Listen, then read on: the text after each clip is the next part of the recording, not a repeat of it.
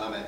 People are going to get the idea I'm a Europhile. But I have to point out that in Romania, where I have connections with, that's why I speak of it, but because the Orthodox Church is so anti-gay, there's not one single gay establishment or organization in all of Romania, not one gay bar, nothing, even in Bucharest. And there's one organization called Accept, whose job it is to promote the acceptance of homosexuality in Romania. And so I looked up the funding of that agency, and it is the Dutch government and the Danish government.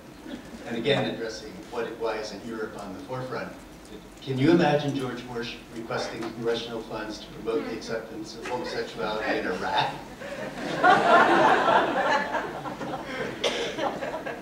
No.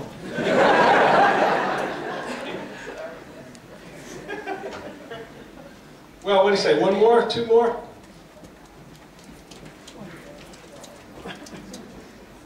Jay's making one more run. Yeah, I just want to mention one thing from an Islamic point of view. In Islam, which is the Holy Quran, and what the Prophet of Islam says, there is nothing against homosexuality from Quran and the Prophet says. However, the Muslims, that's another story. The way they understand the Quran and what the Prophet of Islam says is a totally different story, and it's different from place to place, from time to time, from person to person, from a king to king. So from Islamic point of view, there is no harm in terms of homosexuality, neither on the society, nor on the heterosexual families, nor on the society, nor on whatever. If there is any harm, it's on the God who created these people. And he says, this harm, I will address it on the day of judgment. No one has a right here to address the harm if at all there is a harm. So if there is a harm, it goes to him. And they're going to meet him on the day of judgment, and then he will take the action that he thinks it's appropriate. So we as a society, we have no religious authority to decide the harm and to decide the action on those who did the harm. Well, I'm glad to hear that, Ali, and I thank you for pointing that out. I'm a little bit surprised, and one thing I'm a little bit doubtful of, that is, I expect that that is probably more true for homosexual men than it is for lesbians. That is, I would wonder if that attitude is extended the same way toward women as it is to men. And you're saying, yes, it is. No distinction there. If that's so, then mashallah. Okay, last one. In the middle.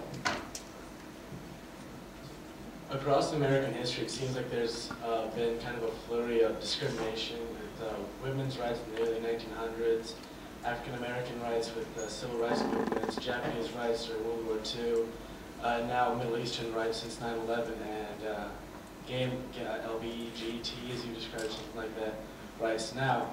And I'm just wondering, why is it that people aren't noticing any similarities in discriminatory patterns? You would think by now we would have gotten the picture. Why are we having this discussion? It is going to look pretty silly in 20 or 30 years, the way that discussions about interracial marriage would sound positively ridiculous to us now if we heard the kinds of debates that would have been enacted in the 1920s and 30s about interracial marriage. We would say, how could people think that way?